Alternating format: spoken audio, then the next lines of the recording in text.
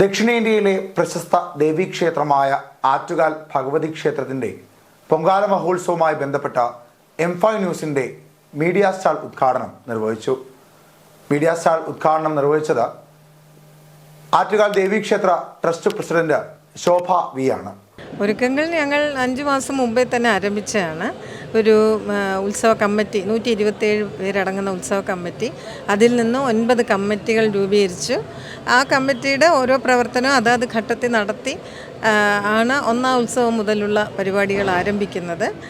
ഓരോ കമ്മിറ്റിയും ഓരോ പ്രവർത്തനമാണ്. കുത്തിയോട്ടത്തിനും പ്രോഗ്രാം, പിന്നെ മെസ്സ്, പ്രസാദോട്ട്, അന്നദാനം, അങ്ങനെ 9 കമ്മിറ്റികളാണ്. അതിന് ഓരോന്നിനും ഓരോ വർക്ക് ബേസ്ഡായിട്ട് ഉള്ളതാണ്.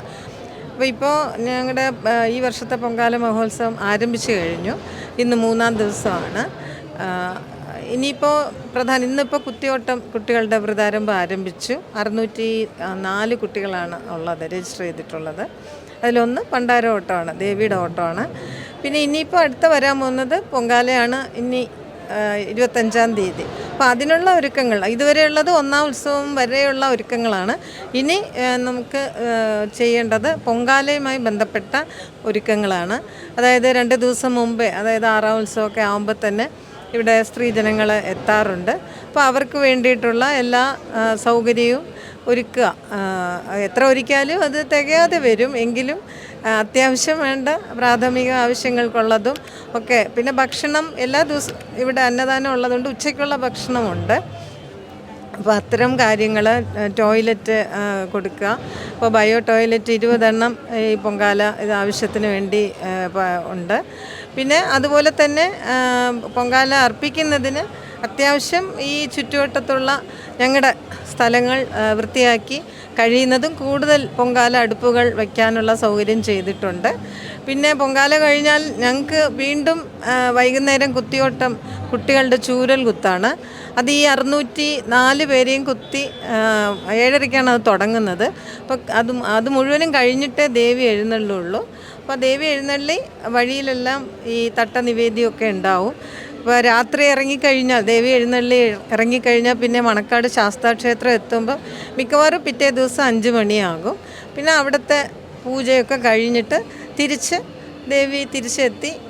അതിനുശേഷം വൈകുന്നേരം അപ്പോൾ കാപ്പുകെട്ട് ചടങ്ങാണ് ഞങ്ങളുടെ ഉത്സവം തുടങ്ങുന്നത്. അപ്പോൾ 10-ാം ഉത്സവ ദിവസം കാപ്പ് അഴിക്കുന്ന ചടങ്ങ് കൂടി കഴിഞ്ഞിട്ട് രാത്രിയിൽ 12 മണിക്ക് കുരിശുദർപ്പണവും കൂടെ കഴിയുമ്പോൾ എല്ലാ 10 ദിവസത്തെ ചടങ്ങെല്ലാം കഴിയും.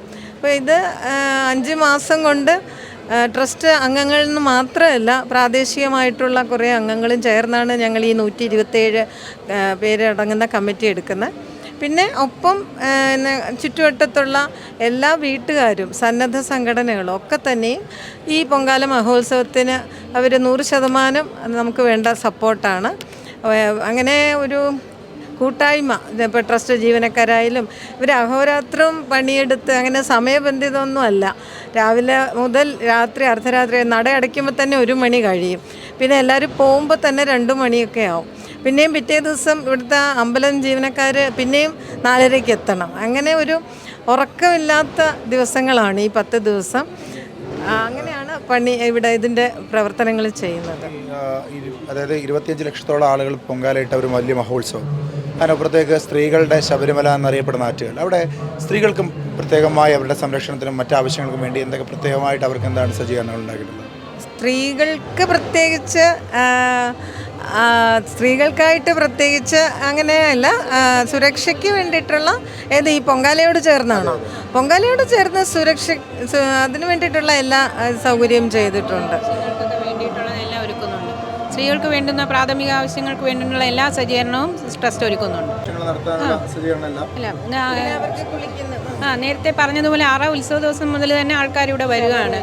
അപ്പോൾ അവർക്ക് കുളിക്കാനും മറ്റു ആവശ്യങ്ങൾക്കും വേണ്ടി ഒരുപാട് ബയോ ടോയ്ലറ്റും അല്ലാതെ ടോയ്ലറ്റും ഒക്കെ കെട്ടി ഒരുക്കുന്നുണ്ട്. അപ്പം എന്തായാലും ആറ്റുകാൽ ദേവീക്ഷേത്ര ട്രസ്റ്റ് സജ്ജമായി കഴിഞ്ഞു. ഭക്തർ ഒഴുകുകയാണ് ദക്ഷിണേന്ത്യയിലെ ഏറ്റവും വലിയ ഭഗവതി ക്ഷേത്രത്തിലേക്ക്, സ്ത്രീകളുടെ ശബരിമലയിലേക്ക്. സജ്ജീകരണങ്ങളുമായി ട്രസ്റ്റ് തയ്യാറാണ്. സ്ത്രീജനങ്ങൾ അവരുടെ ദേവിക്ക് പൊങ്കാലയിടുവാൻ ഒഴുകിക്കൊണ്ടിരിക്കുകയാണ് ആറ്റുകാലിലേക്ക്.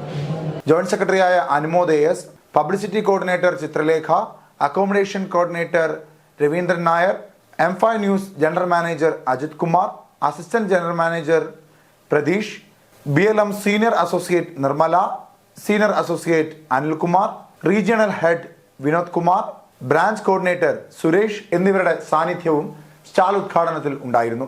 കേരളത്തിനകത്തുനിന്നും പുറത്തുനിന്നും മാത്രമല്ല, ഇന്ത്യക്ക് പുറത്തുനിന്ന് തന്നെ വിദേശികളായിട്ടുള്ള ഒരുപാട് ഭക്തജനങ്ങൾ പൊങ്കാലയ്ക്കായിട്ട് എത്തിച്ചേരാറുണ്ട്.